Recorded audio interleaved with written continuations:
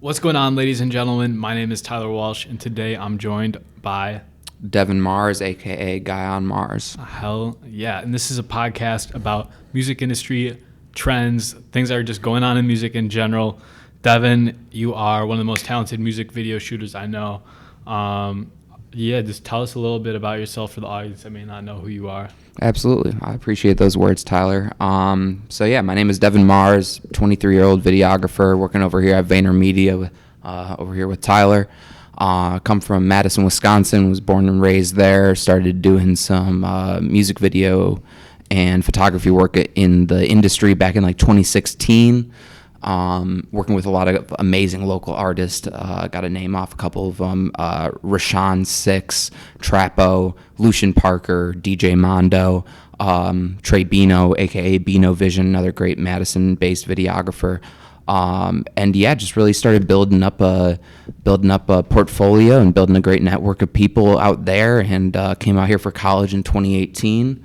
And that really was kind of a big turning point. I was able to sort of take those same mechanisms that I used to sort of get into the industry in the Midwest and bring that out here and do so at a larger scale. A lot of my friends would open up for some larger artists back in Madison, and then I get to connect with a couple of them while they were just briefly in the city, and some of those relationships continued once I got out to New York. And I've been, especially once COVID hit, concerts were done. I was doing concert photography beforehand, and then was like, well, no concerts, obviously. That's rough. Yeah, dude. So just going into the music videos 100%, and have loved every second of it. Hell yeah. What was it like growing up in Madison and finding that passion? Because I know I'm from Buffalo, not much of a music industry scene there, music scene at all. I know the struggle of Buffalo isn't the Midwest, but you being in the Midwest, that area, I'm sure is very difficult for you to find artists to collab with, and especially ones that could help you elevate your career. Definitely. The music industry there is very truncated. There isn't a lot of actual industry support. It's a lot of independent artists that are doing their thing and really relying on the community themselves around the area. And honest to God, I credit just the raw talent and just the charisma of the people that I was working with. They truly are like family to me still to this day, and I haven't seen some of them in years, and they've just been truly instrumental, and I'm very grateful and have a lot of gratitude towards them, because they were able to put me in those rooms that made it easier once I got into New York, and even just getting reps in the music industry itself. Because Madison and Wisconsin in general, the real big music and scene out there is in Chicago, and a lot of people from Chicago move up to Madison. So there's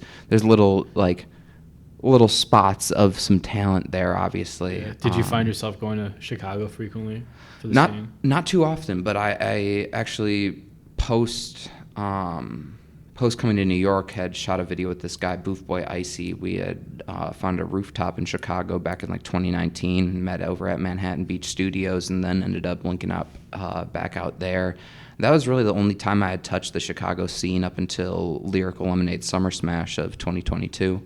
I was always just kind of playing the backseat, just looking at it from afar, just observing what everyone was doing, the moves that they were making, and literally the waves that were coming up out of there, and just trying to see. Do you identify yourself with the Madison scene at all? Because being I don't know, maybe because industry side for me it's different, but looking at Buffalo, unless you're throwing a concert out there, there isn't much of a scene at all. It's hard to make moves out there, so I never associated myself with the Buffalo music industry scene. I'm sure you being a creative, it's easier to network with artists and get your music out there. But definitely, I still in the bottom of my heart, I'm always still a Madison native, and still at any time those people can call me up and we'll shoot something with them. But definitely the move to New York, I kind of realized the industry's out here in California, so I really just sort of locked in on, this is sort of my where I'm going to make the imprint. Yeah, tell us about that transition, Madison to New York. Definitely. I mean, obviously, huge culture shock. Madison is one of the more diverse places in Wisconsin, and Really? that's not saying much because it's Wisconsin. It's a very white place, and hip hop isn't really received there too well. And there isn't a lot of just like communal support for it, but got out here and like the industry's blooming everywhere you look. Had gone to college out here and was living in Clinton Hill and Bed-Stuy. And one of the artists that I linked up with back in Wisconsin was Jay Critch. He was on tour with Rich the Kid, and his block was like right near where I was going to college. So literally one day, saw like he was just on the block on Fulton one day and was like, "Oh, let me just skate on over there and just see if I can say what's up." And he had remembered me, and we just started working ever since then. And that kind of was a little bit of like a stepping stone. How'd you meet him that first time? So him, Rich the Kid, he was opening for Rich the Kid, but I think it was the New Wave tour back in 2017. It was just a national tour that Rich was doing at the time, right around when like New Freezer was dropped. Actually, I don't think New Freezer had even dropped yet. But that was like back when they were teasing it. I think he had like A$AP Ferg and one other artist on the song originally. Yeah. And then did you shoot for them in Madison or Wisconsin? So my friends had opened up for him at the show. They were playing at this like more like EDM like club like vibe of a venue. And then thankfully Jonathan Miller, their touring manager, and pardon me, Jonathan, if that isn't your official title, but I know you were doing the tour management for a while.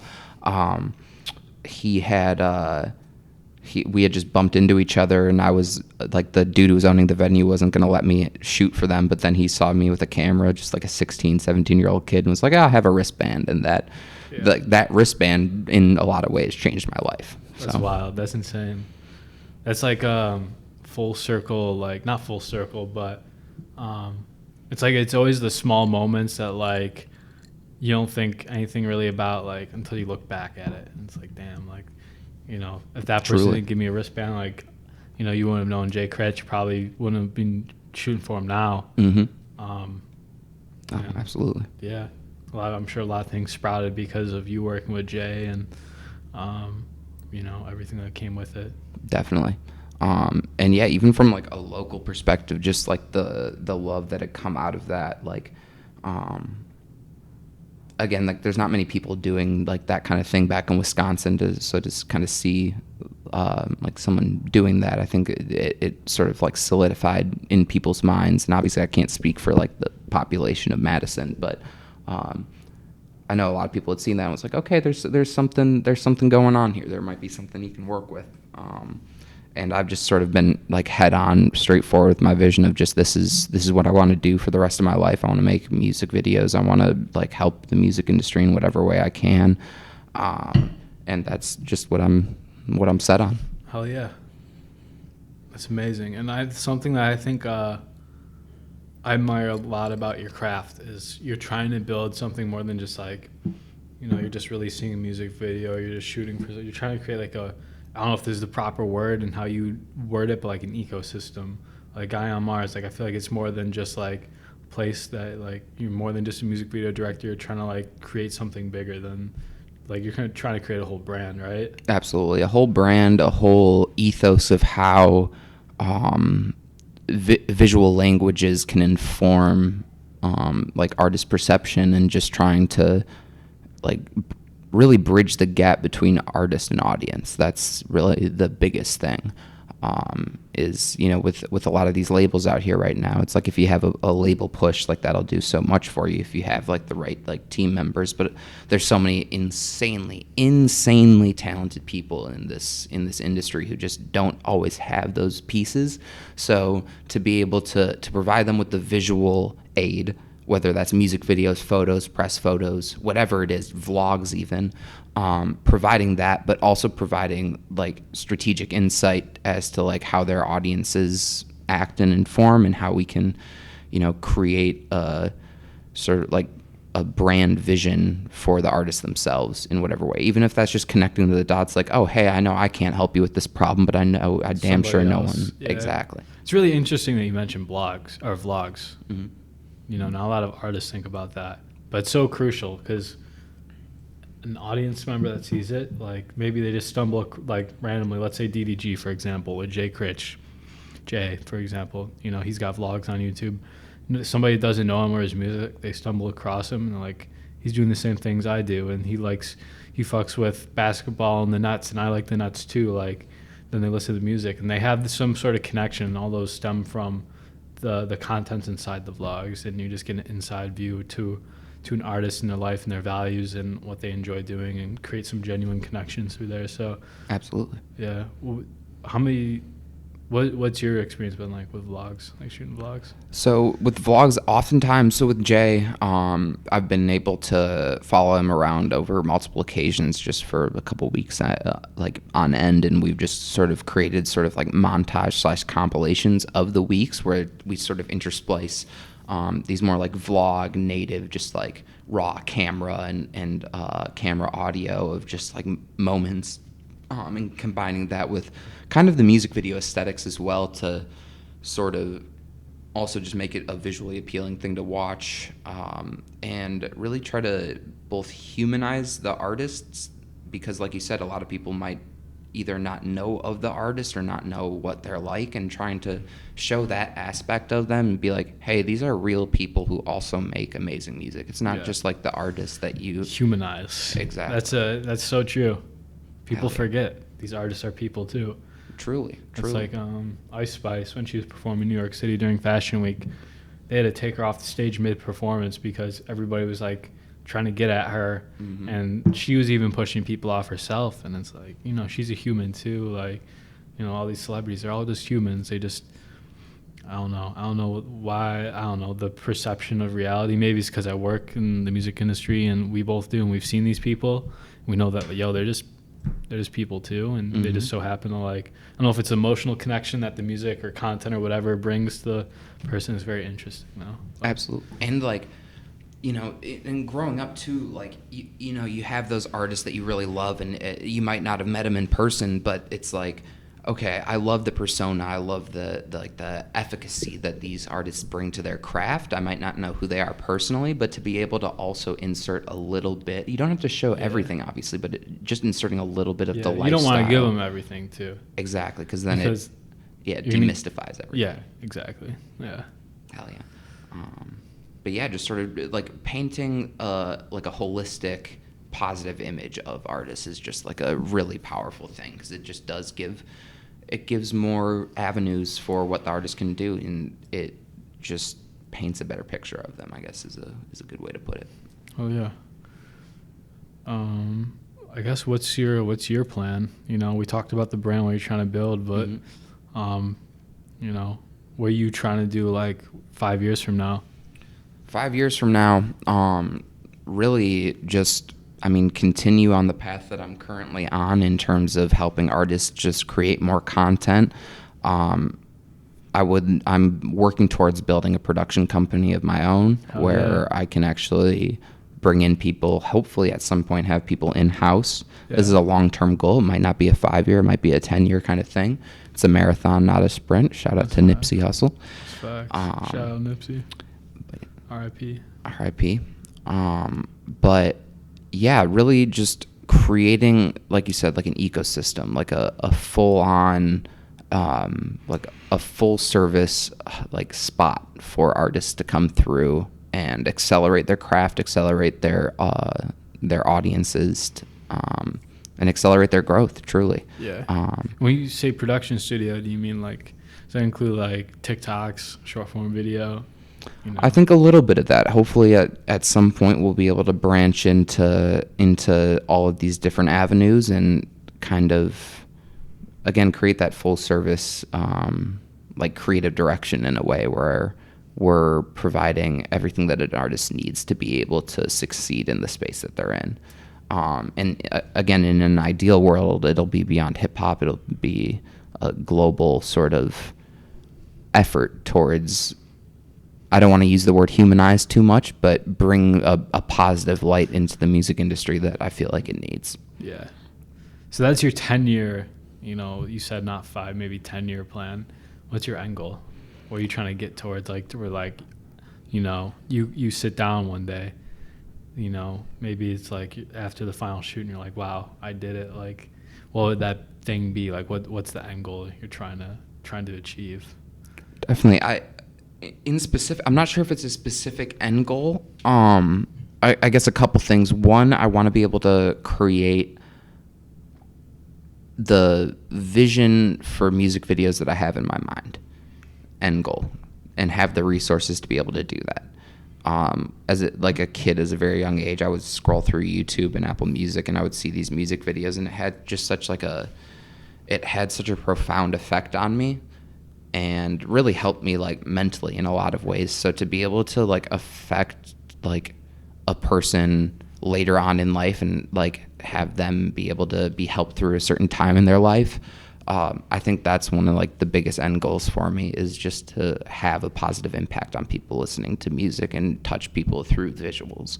And in terms of actual production, like when I'd say I'd feel comfortable being like, okay, we've done it. You know, the job's never necessarily done, but to have videos that are within the caliber of like a Dave Meyers production, these sort of like, and not even to say just it needs to be like a high budget, like what he's doing with like Humble, Kendrick Lamar, like those kind of like caliber of videos, but just trying to create a story and an essence for these artists that goes beyond sort of the regular performance scenes. You know, a lot of music videos these days, it's just like, and I see it, like the run and gun aesthetic is incredibly powerful, and it works in so many facets for artists, but to be able to do that and have these higher production, not these just industry promoted, just like we're going to throw a lot of money at this and get a nice expensive studio and this, that, and the other, but actually use that money in the most optimal way to create the best visuals, have the best rollout, and just actually put those dollars to work. I think that's like when I know that job has been done well, I'll be happy. Hell yeah. It's really interesting too. You said rollout, and a lot of artists like they'll just drop a video and expect numbers to go up without putting in the work.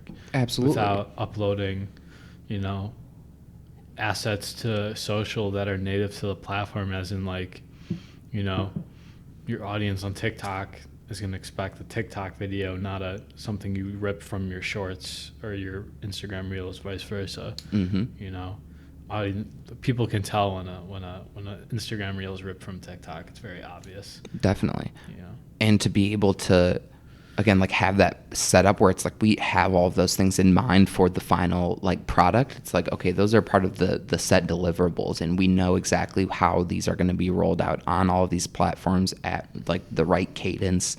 And obviously the cadence is different artist to artist, but being able to actually sort of execute on what like most artists always want. You know, they expect an artist like okay, we shot the music video, we're done. It's like, okay, well, there's still a little bit more work that we have to do here.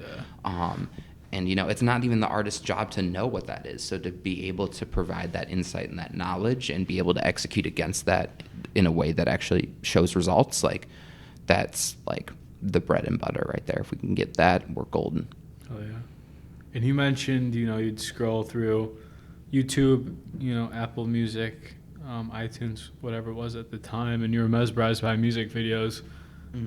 Was there a specific artist and director that really got you hooked? Dave Meyers was one of them, even when he was shooting like Fireworks for Katy Perry and everything, like before and after that. Fire Definitely. And just seeing that sort of caliber, like that was always fire. I loved, but then to the same extent, like Tupac's videos. Like those had just the same amount of effect on me. Like literally him at a mansion on a tennis court where he's just bouncing around, like hopping over the net and whatnot, and just like rapping. Like being able to bridge those two together in like a really just native way, both obviously for platforms, but also for the artists themselves. Like I think that's huge, because like you can provide those higher budget aesthetics, but also like remain in the same tangent of the artist's core being, I guess, is a good way to put it. Oh yeah. Hell yeah. Do you have a favorite music video that you shot so far?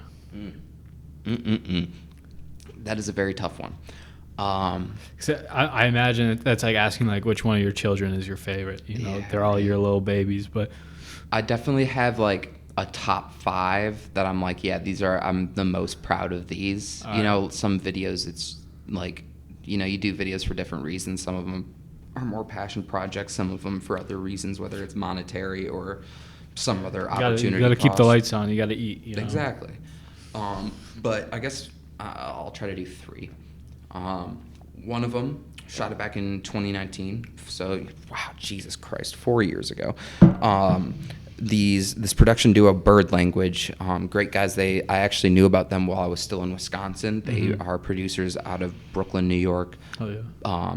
Both great guys. They met in college. They live together now, produce music.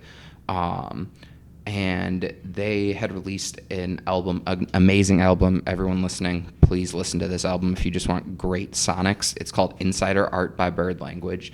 And we shot all together. We collaborated on the track Hannaford with an artist, Sebastianade. And that is just I believe to be the most conceptually strong music video I've done to date, because it was such a collaborative process. And for those of you who are watching, just give it a watch. It's a 2.5 minute video, and it like, I watch it today and I'm still like, wow, this is pretty incredible that we put this together. It was very strenuous in terms of like making it, but really just a blast to put together. There's one, I'd say number 2, probably this song that I shot with Jay Critch and this Trinidadian artist Prince Swanee. It's called Deadline. And that was like spur of the moment. Jay called me at like 11:45 p.m. one night while I was still in college and was like, yo, bro, we need to come shoot this now. Like, Prince Swanee was making his runs through New York, and Jay's pretty tapped in with the whole the scene out there between the DR, Trinidad, just that whole region of the world Jay's pretty tapped into. And we ended up shooting that over 2 days, and that was just a blast. I love the song, I love the video. And then last one is actually one that you put together, the Quez video. Understand Me. Absolutely, Understand Me, dropping, I believe, June 4th. Quez, I'm tapping in with you soon to make sure that's still happening. But that video was just a blast to put together, and shout out to you, Tyler, for course, making the connections and all of that. Creighton Stevenson as well, Matt Camera also on the crew helping out. Yes, absolutely, assistant director and on-set photographer. You guys rocked it out, and that was just a blast. We literally pulled up at the office. We seriously, for the camera, we walked 3 blocks down that way, and we just made a loop around, and we got some amazing scenes, and then put it together. In about 2 weeks after that, we had a final product. Yeah, I know that. I feel like that video, when it comes out, I really truly believe all of Atlanta's gonna see that video, and they're gonna see it. They're gonna see the vision of like, they'll be like, A, this song is fire, but B, who the fuck made this video? The video is fire, and you can tell it's run and gun.